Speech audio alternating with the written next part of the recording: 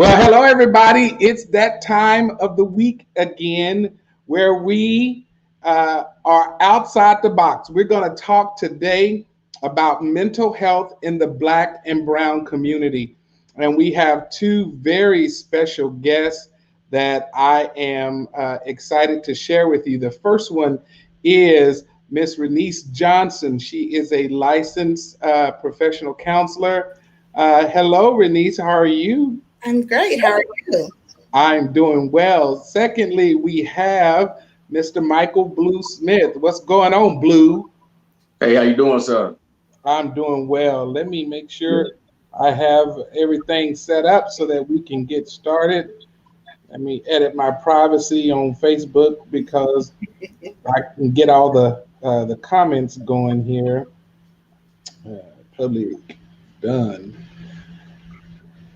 All right. So today, like I said, we're going to be talking about mental health in the Black and Brown community. And I want to kind of get started first by just saying that when I was researching about this kind of conversation, that I learned a new phrase. And Renice, I'm sure you may have heard it, maybe not, I don't know.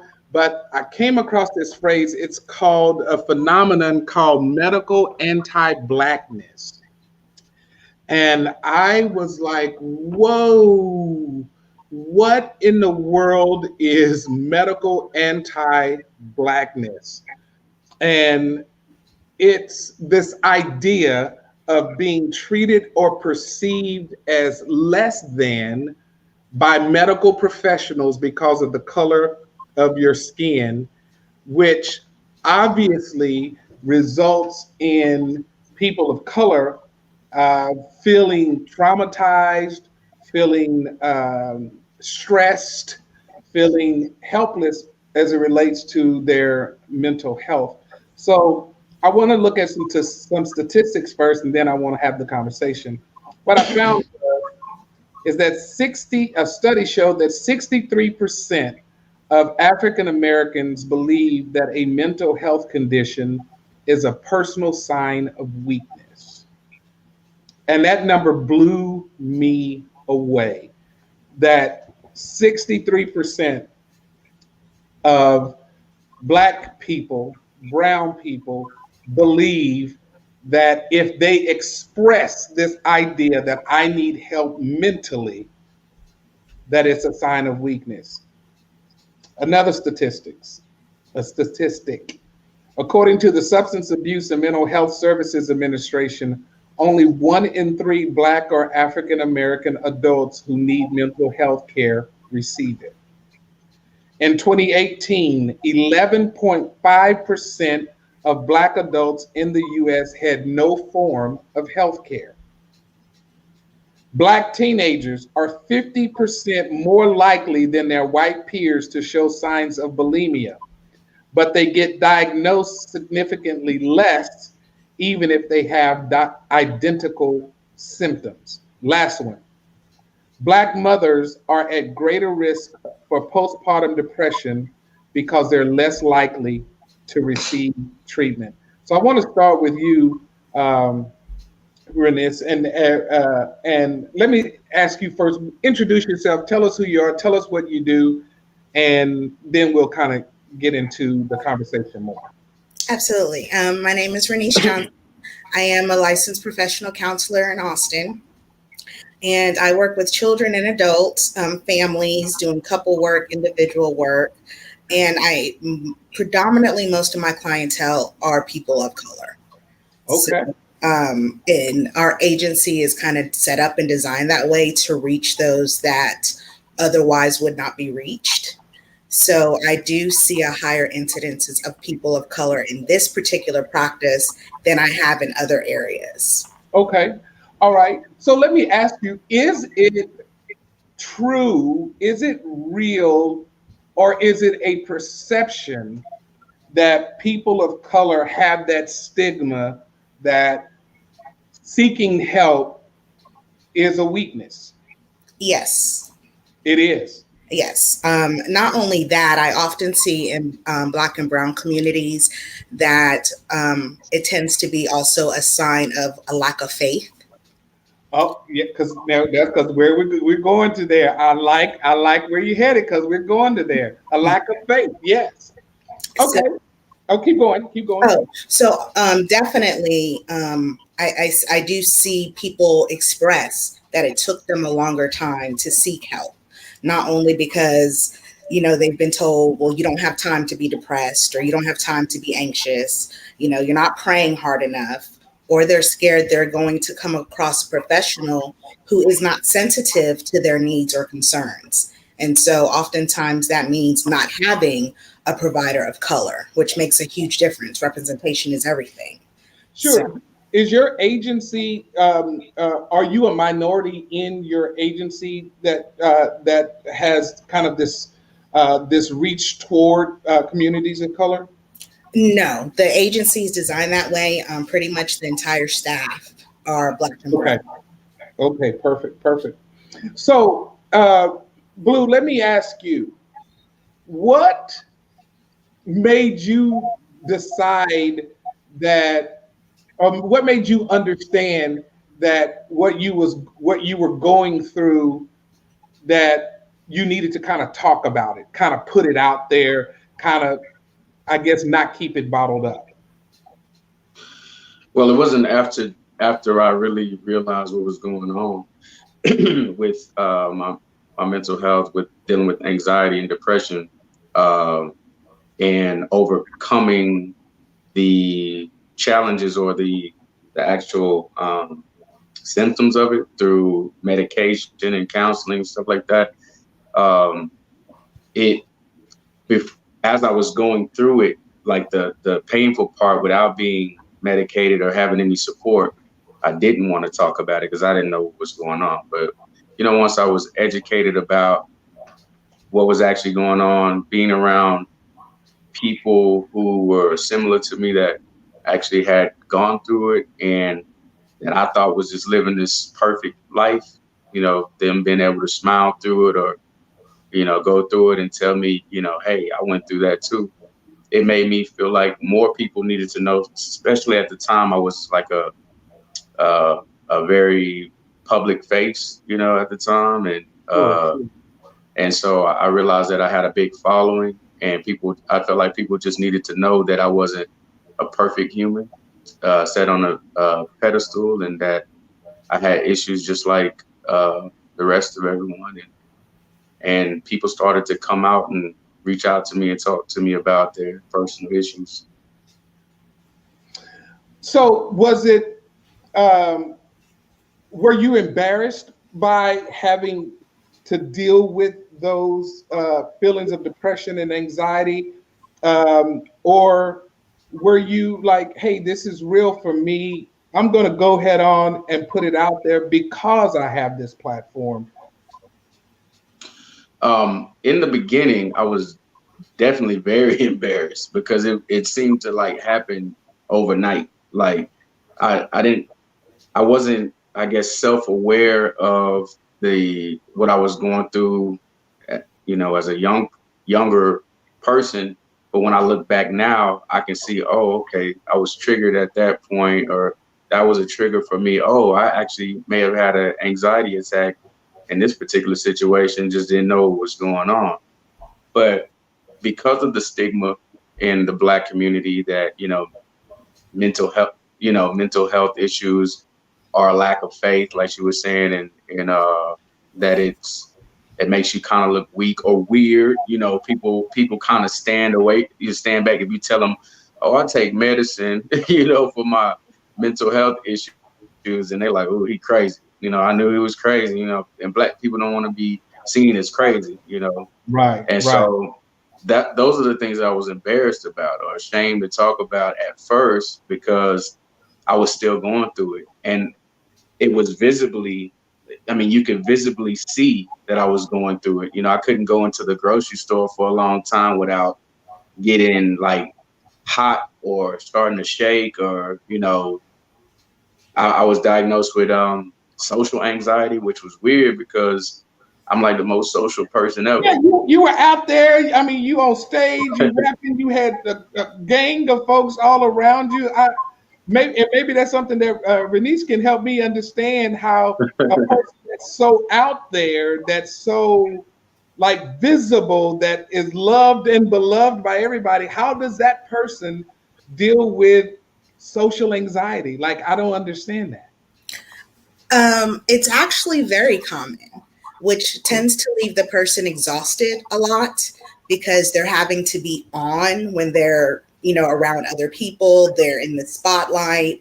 And so it's very anxiety and triggering. So usually in their off time when they're not on, they're really struggling and they're in a lot of turmoil because of it. Wow. And that was your life, Blue. That was your life. Yeah, pretty much. I mean, I didn't really know what was going on. It was affecting me physically. Like I get pains in my lower back, my chest would get tight.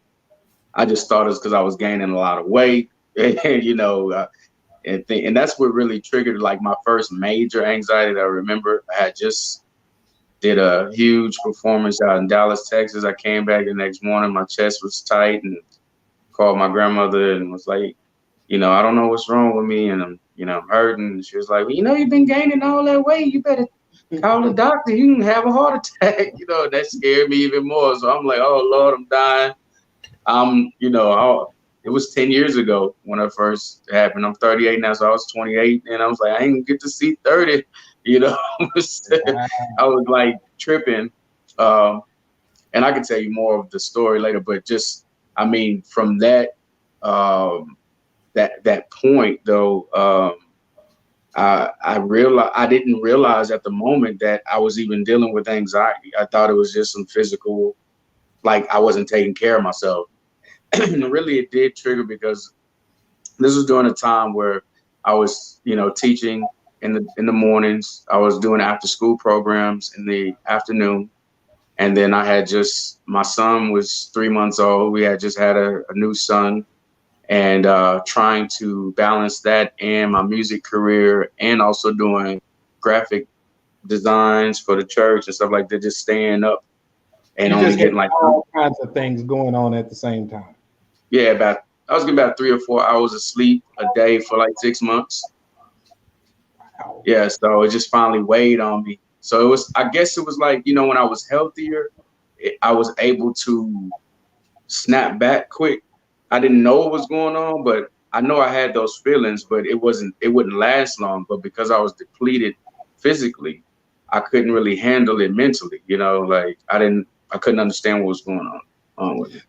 So Renice, when you get people coming into your office, like what finally gets them there? You said kind of earlier that they talk about that it took them a while to get there. What finally gets them there? And the reason I really want you to talk about this is because there are folks listening that maybe have not had that boost to go ahead on and make that decision. So what typically gets your patients in there?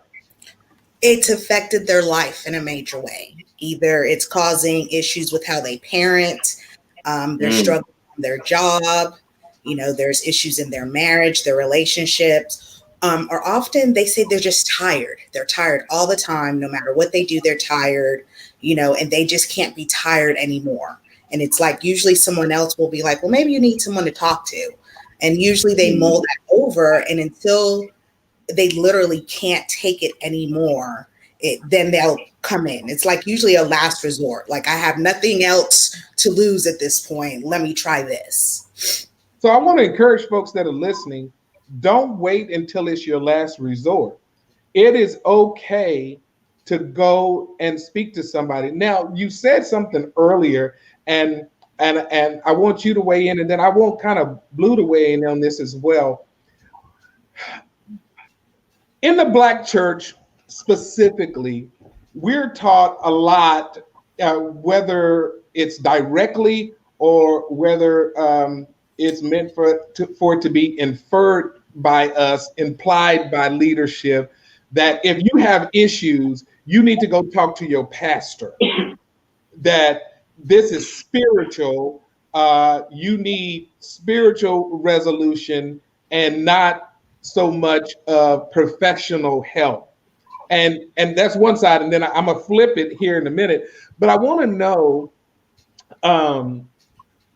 if it's about how does a person make a distinction between something that is physical, mental, and something that's spiritual. So if you were talking to a person of color and they're saying, I just feel like, the devil is just holding me down, he's weighing me down, I feel like I'm getting attacked on all sides, this, that, and the other. How do you overcome maybe the blockage of thought that this is not necessarily some spiritual battle that you're going through? This is actually something physiological, mental, that you need to have addressed. So how do you overcome the barriers of, here's the word I'm looking for, super spiritual people?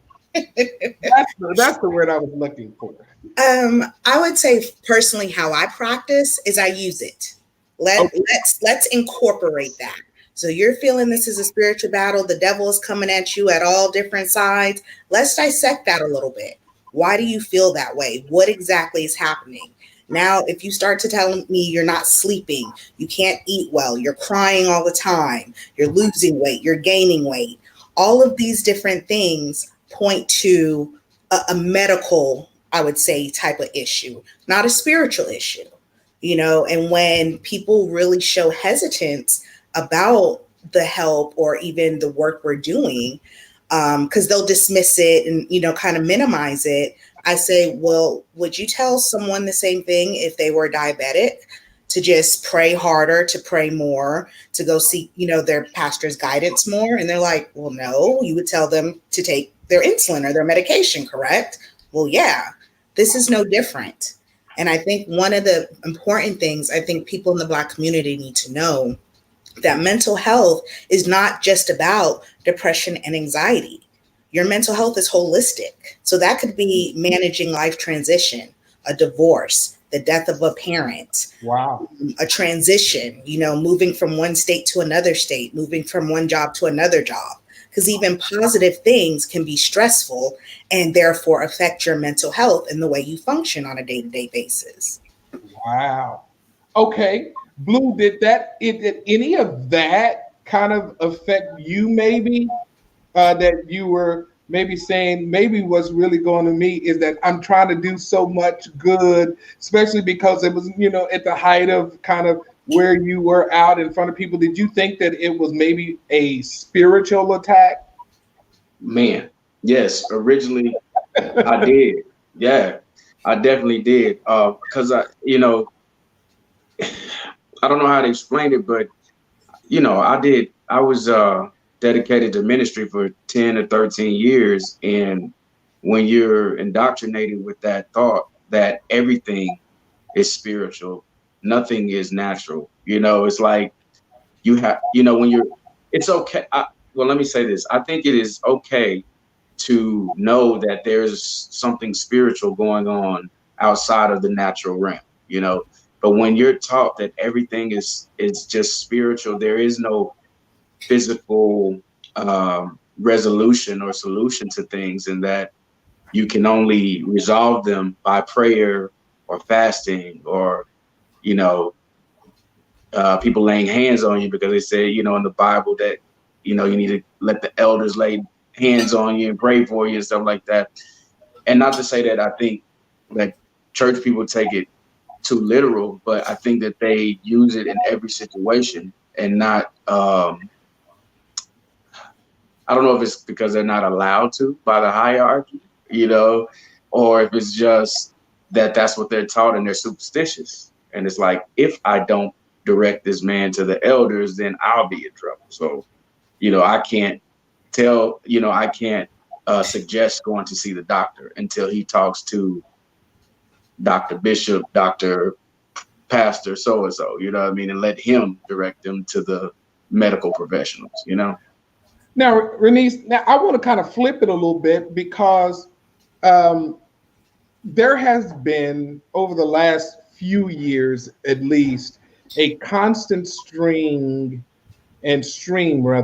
of even pastors who are depressed, who are suicidal, and even come to the point of actually committing suicide. I think earlier this year, 4 or 5 pastors of significantly large churches, we're talking greater than 8,000, 10,000 people, committing suicide, and one of them having expressed this idea of being lonely. Mm. And I thought that that was very interesting that somebody that has a staff of 30 people, has a wife and 3 kids, has a congregation of 8 to 10,000 people, could say, Mhm. I'm lonely. What do you tell a pastor who is confused about how to address his own kind of mental health? Excuse me. First of all, he's going to have to own it because he is the head of the church. He's responsible for so many things, and no one's really responsible for him. And so Okay. oftentimes they don't feel comfortable talking to anyone in general about their struggles because they take on the struggles of their congregation, let Okay. alone if they're in deep depression or despair, that intensifies that loneliness. And then it often gets to a point where they feel there is something wrong with them. They're no longer worthy. They're not doing God's work anymore. And so they don't deserve this congregation. They don't deserve Mhm. this ministry Wow. because they're struggling with this internal battle, which is like, I'm leading these people, I'm preaching, I'm ministering, but I'm left still unfulfilled. But that's not because their spiritual life is not on point. They have a legitimate issue going on. Mm. And even those, I've seen even just those on Facebook or Instagram, Twitter, basically social media. Maybe they're not the high profile pastor of 8,000, 10,000 people. Maybe they're the pastor of 200 people. Um, the struggle for them is still real. And I want to ask you, and before I let Blue jump in, I also want to ask you, how has this pandemic maybe even created a greater need for professional help in dealing with the things that are going on right now? The need for help has skyrocketed. And that is across the board from children to adults, because many people are very social. And even the people that aren't social, they're struggling because they're trapped. So there's this anxiety, there's this depression. You're sitting at home alone all the time, and for some people, video is not enough. And at the end of the day, we are communal beings. So we do need to be around other people. We do need to fellowship with other people. So anxiety has gone up, depression has gone up. People just really feeling stuck and having a lack of direction in their life because people have lost their jobs. They might have to change career paths, and so there's just a lot of feeling of unsettledness. They don't feel easy. They don't feel stable. And so that's created the need for more services. One of the things that concerns me, and I'm about to say something that's probably not very popular, and don't send darts my way if you're a pastor and you're listening to what I'm about to say. But I'm wondering if there is a rush on by the hands of some leaders in churches to get people back in the building, because without that verbal validation, they don't feel successful in their ministry.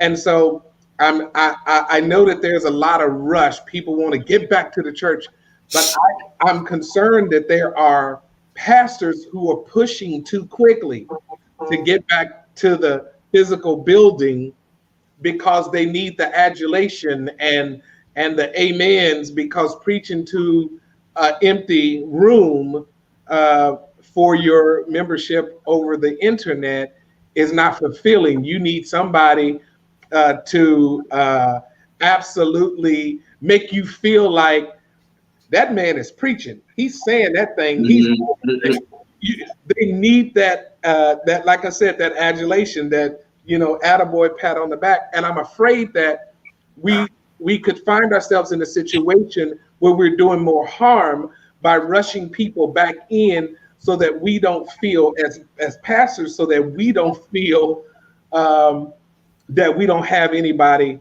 there for us. And so I guess my question is, how do you speak to that pastor and say, listen, you have to find some other way to get that kind of fulfillment without risking and endangering the lives of the people who depend on you for spiritual nourishment? Honestly, so I do agree about the adulation, but I think for jobs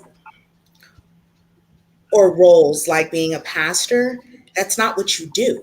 That's who you are. So Okay. there's now an identity shift because you're no longer doing what you do. I like that. Online is not the same as being in the house of God, with your flock, and you're feeding them and you're shepherding them. It looks very different. So who am I now if I'm not doing what I am? Wow. So it's identity. That's the crisis. It's not as much the adulation, it's more about the identity. Wow. Blue, let me ask you, when you finally decided, hey, I'm coming out of this, did you talk to like a group of friends first, kind of private, or did you like just kind of put yourself out there and say, hey, gang, this is what's been going on with me? Like, what kind of steps did you take to kind of get your release? I talked to a couple close friends, just like one or two, like in that very close circle, and I had to. Well, first of all, I had to get encouragement to get well first. Like I was too. Where did that come from? Where did that come from? So most of my career, I've been a self-employed, doing my own thing. So I didn't have insurance all the time, so I was not able to always go to the doctor, whether it was, I wasn't even seeing a counselor at the time, but just my regular doctor. So it wasn't like I can go to a doctor and talk and tell them about, the things that was going on. So again, I resorted to the church and to the people in the church. There were two extremes, right? So I had I went to a church before where everybody was uber spiritual, and very, laying on hands and everything, speaking in tongues. This is what I was expecting during this time and period in my life, but I had transitioned to go into a different ministry who wasn't, doing that, that wasn't this ministry. But the blessing of it all was that the pastor of this ministry had recently gone through a depression spell and had not preached in like 6 weeks or something like that. I can't remember the time frame, but as I was going through this, I can't, the timeline is kind of blurry. I remember trying my best, even before medicine, to come out of this state. I can't remember it took a lot of support, from family members, and just to try to remind me of who I was. They still couldn't understand. This was new for my family. I don't know if it's a Black thing or what, but I just remember my grandma and my aunts like, this ain't you, you're not like this. And I just can't wait for you to get back to yourself, start acting like yourself. And it was hurtful because I couldn't. I didn't know how to, I really didn't know how to. So I decided to go try to sneak back in the church and try to be not up front and be in, the crowd, and there was a message that was spoke about depression that day, which really, like blew my mind. So I went to the pastor. I asked him, could he pray for me? Because I felt like I had some sort of spiritual warfare going on inside. Like it really felt like I was battling evil spirits like this. It was like I couldn't understand why I was going through this because it never affected me before. But anyway, he said, we can call the elders and let them lay hands on you. But he said, I can't guarantee you that you'll be healed. He said, Wow. God can heal and he will. But if he chooses not to, is he still good? And I had to answer that question within myself pretty quickly. And I thought about it and I was like, yeah, it changed my perspective. Like, that God is not obligated to heal you, but not, most people are not taught that in the church. They're taught if you pray hard enough, or if you demand God to heal you, or somebody lay hands on you and speak to that thing, you know what I'm saying, that it's supposed to be released. But he was teaching me something different. And I said, well, Pastor, you said you went through it. How did you overcome? He said, I took my medicine. And I was like, what? And I was like, well, look, I don't have no insurance. But it took his support. He said, well, you know what? That don't matter. He's like, if you want to go see a doctor, I'm not forcing you, but I'll pay for your visits. I'll do this. Wow. Yeah. I declined it because I was still wary of it because of the fact that I felt like my faith was being challenged. And I felt like, oh man, if I start taking this medicine, this means I don't trust God. I don't trust God for my healing. Wow.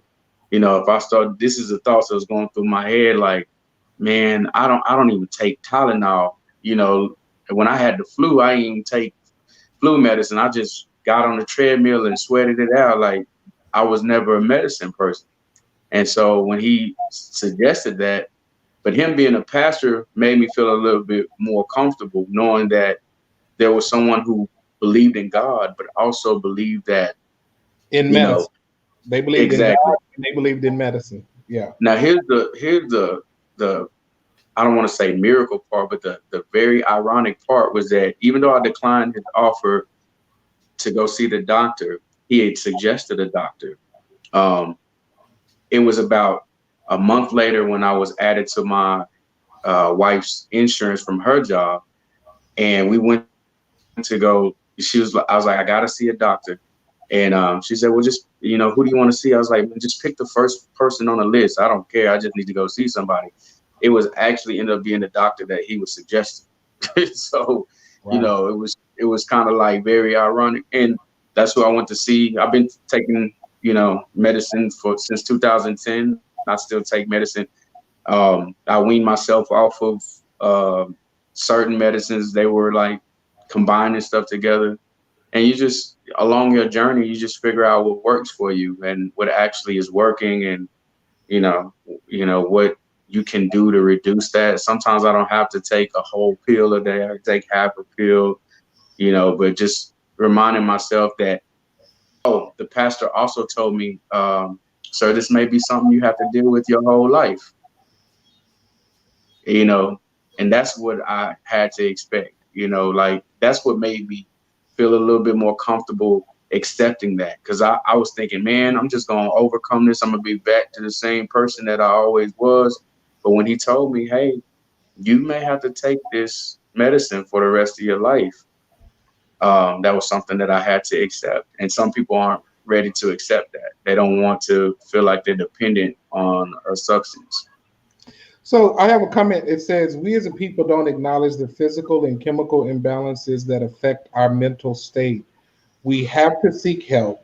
There is a stigma, especially with Black males addressing mental illness and addressing mental illness in the church. I 100% agree with that sentiment. So, Renice, does your company accept insurance? Yes, we accept insurance. We do have private pay, sliding fee.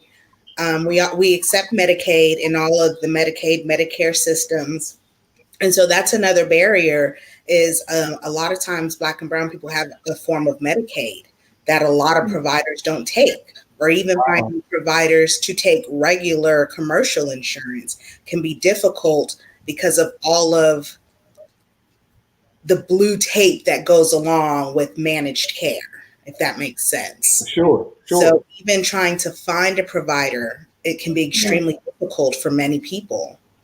And so here's something else. It says that while Black people only account for 12 to 14% of the entire population, we are represented in negative stats, like 50% of the prison population is Black or brown.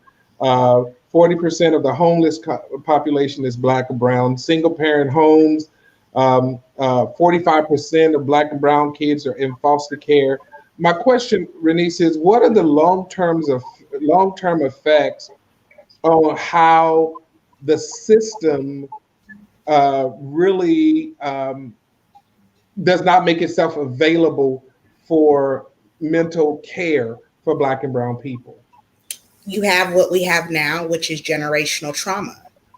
It goes from one generation to the next generation to the next generation. And all of those things are traumatic experiences. And we don't think of them as trauma because this is just how we live. But it is in fact trauma. And those things change your brain chemistry. It changes. This might be unpopular, but it can actually change your DNA. Trauma can live in your DNA. So even though you may have not necessarily experienced trauma yourself, the trauma that your ancestors experienced, because we know they did, that can live in you as well. And so then you do have just generational curses, so to speak, or generational traumatic incidences because of the lack of availability to basic resources. And so kind of in that kind of same vein, same zone, when you are dealing with trauma, and especially trauma that's been carried from generations before you, things like, and I don't know if this would be okay to classify it as this, but things like alcoholism, drug addiction, sexual abuse, all of those kinds of things. How do we begin outside of obviously going to see somebody, but how do we begin to process all of those things in a healthy way? Yeah, that's the question. How are we going to process those things in a healthy way? Well, you can't process what you won't acknowledge. First, you have to acknowledge that it's there. And then you can separate what's yours and maybe what's been passed down, meaning that belongs to someone else. But first you have to call it. You have to say, these are the things I'm experiencing, whether it's insecurities or I think I'm ugly. I don't think I'm capable. And this could be the tapes we're playing in our mind because we heard so-and-so say, you know, she's not going to be anything. He's going to be just like his daddy who's in jail. All of those tapes that we hear in our head, that's trauma. And that's how we then approach life, which is counterproductive to the lives we want to lead. Wow. I'm telling you, if you are out there listening, this is some good stuff right here. I'll start all the way back to this thing with identity, with pastors, and to this trauma section now. I mean, I have these questions that I'm trying to get to, but I'm loving hearing the conversation. And at Blue, I want to thank you even more just about kind of being willing to kind of share. So is the stigma real or is it perceived that Black people don't want to do counseling? I definitely think it's real. I mean, I don't think that it's ever been taught in our culture that it was okay to go to counseling. You know, it's always been looked at as something, I don't even want to say taboo, but something that was not allowed, you know. we did not want to look crazy. It was definitely a race thing. You know, you don't want to look crazy in front of those white folks. Uh, you don't. You know what I mean? I mean, that goes to even going to the grocery store. You know, you got the white kids that would act crazy in the grocery store, but as soon as you act up, you getting pinched, punched, jacked up, because we can't be looking crazy in front of these white folks. That's what we were taught, you know what I mean? And, I feel like that. And then going back to what you said about the trauma, I grew up an only child to a single parent mother, right? Who had me at a young age. She was bullied and teased growing up. And so she was very protective. Once she had me, she felt like this was mine. This is something that would love me forever, that I don't have to beg for affection from. This is my baby, right? But in that, she was very controlling and very overprotective. And she said a lot of things that were not directly abusive to me. She never talked down to me and told me I wouldn't be anything. She was very supportive in that sense. But when it came to me being independent and doing things on my own and trying to grow up, it was like, no, you can't go there, or you can't go there by yourself, or you got to stay in the house till I get home from work, or, kids my age were outside having fun I had to sneak out. I had to go do things. I started doing immoral things because I felt like I wasn't having fun, but those type of things, I don't think parents mean to traumatize you with their past, but it's kind of a natural cycle. It's like they want to make sure you didn't go through the same thing that they went through, And I think based on that, that's what I want to, that point there, I want to ask Renice, how do you help a parent not, I guess, vomit all of their issues and insecurities on their kids? Because you say you deal with children, you deal with family. How do you help a parent not smother their kids, which does create trauma for them? Mm-hmm. So help me too. Yeah.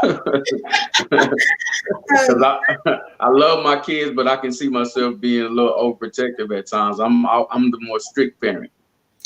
Oftentimes I talk to parents about parenting in fear. And you don't want to parent in fear. Yes, you want to protect your children, but you need to also guide them to be independent, productive citizens. So that means that you can't project all of your fears onto your children, because that's also going to limit them and what they're capable of, or what their destiny may be, because you've held them so tight. So pointing those things out and not making a parent feel bad. It's you're parenting the way you're parenting out of love and because you know what's out there. But at the same time, you can't hold your children hostage from the rest of the world, because that's equally doing them a disservice. And then do you find for people that you've had the opportunity to counsel and to kind of guide through their issues, is there support once a person comes and says, like Blue did, I need help, I need to talk to somebody? Are we as a community of people then supportive of that effort, even though we might be resistant to them taking that stance at first? Do you find that the people that you've had the opportunity to counsel, that they have then, once they made the decision to move forward with that they have found support within their own communities because they made the decision to do it? Oftentimes, I wouldn't say necessarily community-wide, but definitely in a tight-knit family. So you might get mom who's on board, or, sister or brother who's on board to say, yes, I'm supporting you. And support is huge. It's necessary for people to continue to get the services that they need. Because if you're telling your family or friends, I'm feeling bad or I'm depressed and I need to go see my counselor, and they're like, oh, you don't need a counselor. We don't have time to be depressed. Because, that's something I heard growing up was we don't have time to be depressed. That's for other folks. They got time for that. We don't. We got things to take care of. Right. you No, know, it's true. then it's hard for them to keep, their health together if there isn't support. But usually they'll get mom or dad or a brother or sister on board, and their progress is so much better when they have someone there saying, I got you. Even if I don't understand what you're going through, I understand this is very real for you, and I'm here for you. So, Blue, your wife, she found you this doctor. You went to this doctor.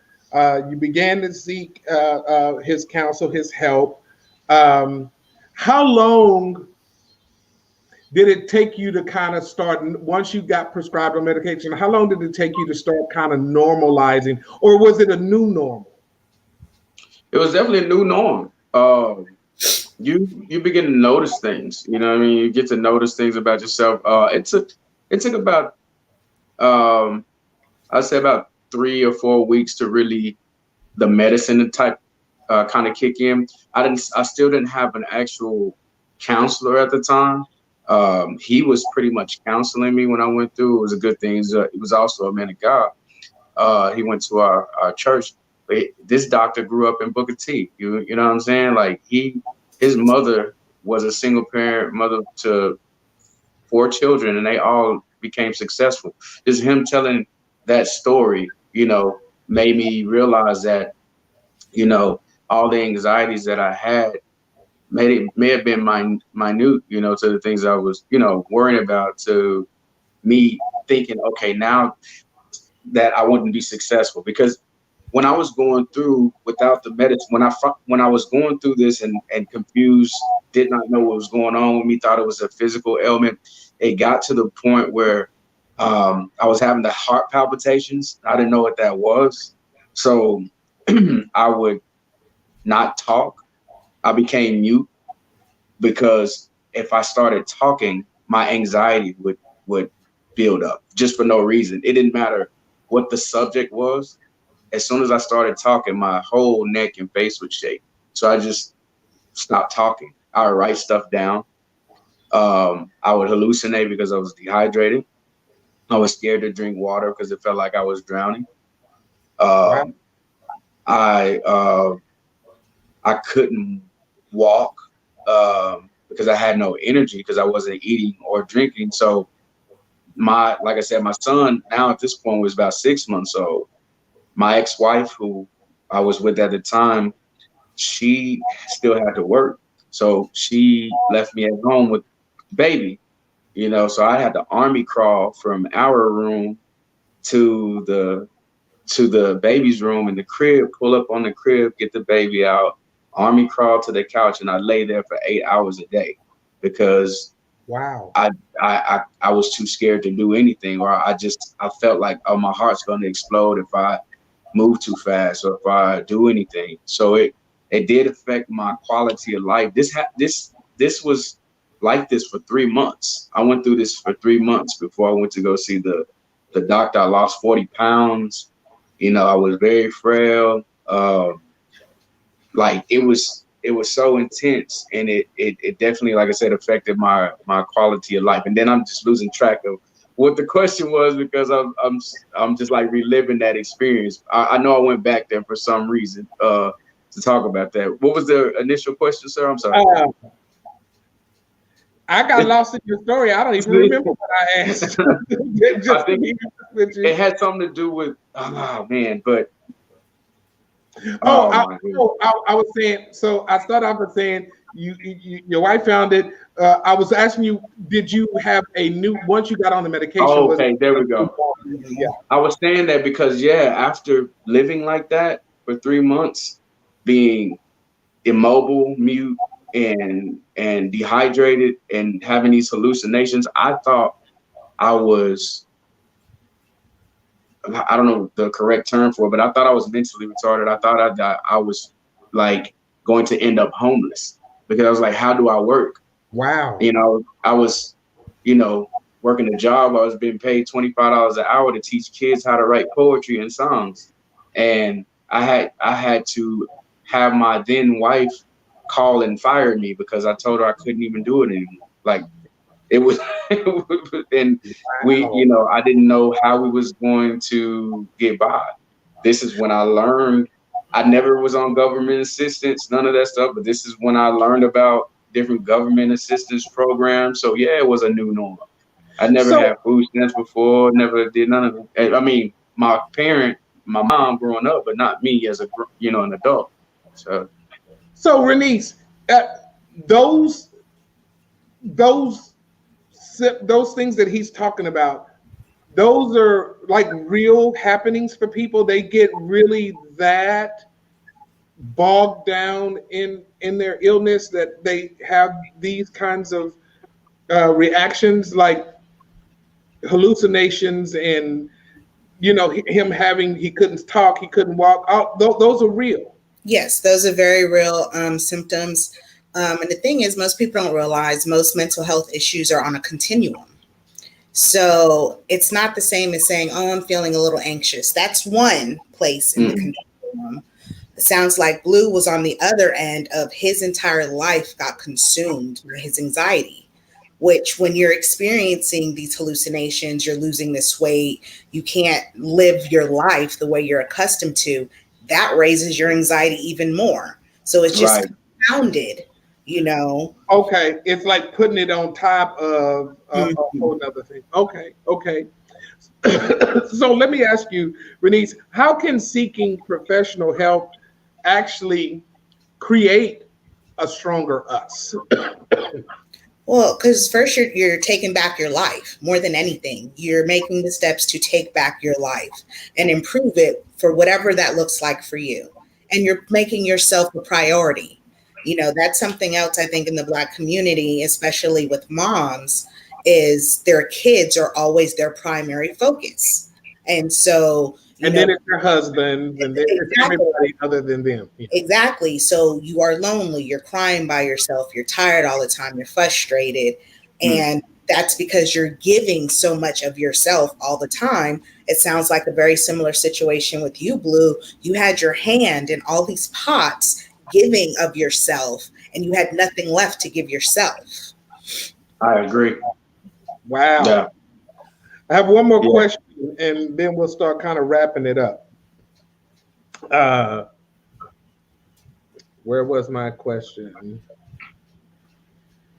What are, given kind of, we talked about all of these statistics early on, and we were talking about the reality of where of how communities of color have really viewed seeking professional help. My question, my kind of last question around this is, how do we make sure that we announce, how do we make sure that we break this? I like a term Derek used, but he said, when you were talking earlier, he said post-traumatic slave disorder. I like that term.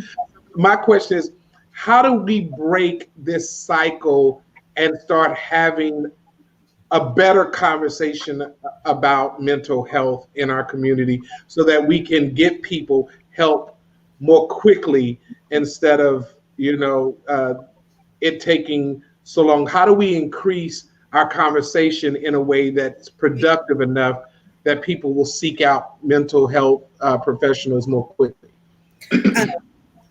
You have to normalize it. And I have started to see some churches, well, like I've done, some little trainings at certain different health retreats for different churches. And I find that people are more receptive of it when it's not crazy, or you normalize, yes, you're feeling stressed. That makes sense. You have this and going on. No wonder you're not sleeping well. No wonder you're not eating well. Normalizing the experience without necessarily labeling it initially definitely helps push the conversation along. And so in that same vein, let me ask you this. Should pastors then not take on the role of counselor, should they then, in fact, encourage their membership to go seek professional help? I don't want to say they should not take the role as counselor because there is a space for that. It would honestly depend on what that individual needs. But if a pastor feels like the person sitting in front of him has needs outside of what he can provide, then absolutely encouraging a professional help would be appropriate. All right. All right. Well, I want to thank both of you. We are kind of ending just a little sooner because I want to kind of prep us for next week. But I certainly want to thank both of you for coming on, kind of sharing yourselves and your information. I want to encourage everybody that's listening. If you know people, get them to listen to this. Let them hear it on the replay.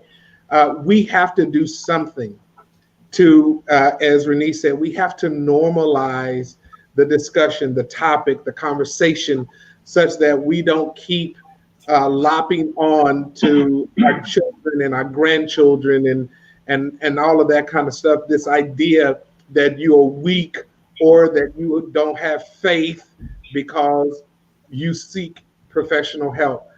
It's okay to talk to somebody who's qualified to help you get through your issues. And sometimes, as Blue has said, it involves medication.